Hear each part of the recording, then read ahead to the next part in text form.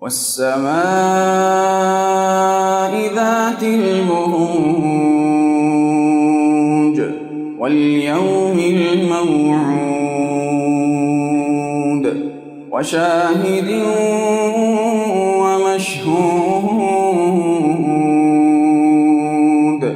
قتل أصحاب الأخدود النار ذات الوقود إذ هم عليها قعود وهم على ما يفعلون بالمؤمنين شهود وما نقموا منهم إلا أن يؤمنوا بالله العزيز الحميد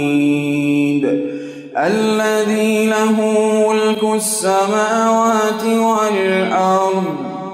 والله على كل شيء شهيد إن الذين فتنوا المؤمنين والمؤمنات ثم لم يتوبوا فلهم عذاب جهنم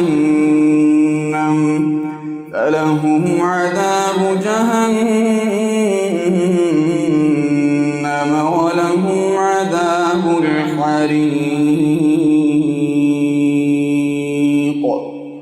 إن الذين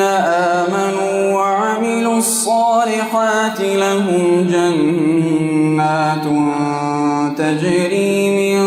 تحتها الأنهار ذلك الفوز الكبير إن بطش ربك لشديد إنه هو يبدئ ويعيد وهو الغفور الودود ذو العرش المجيد فعال لما يريد هل أتاك حديث الجنود هل أتاك حديث الجنود فرعون وثمود بل الذين كفروا في تكذيب والله من ورائهم محيط بل هو قرآن مجيد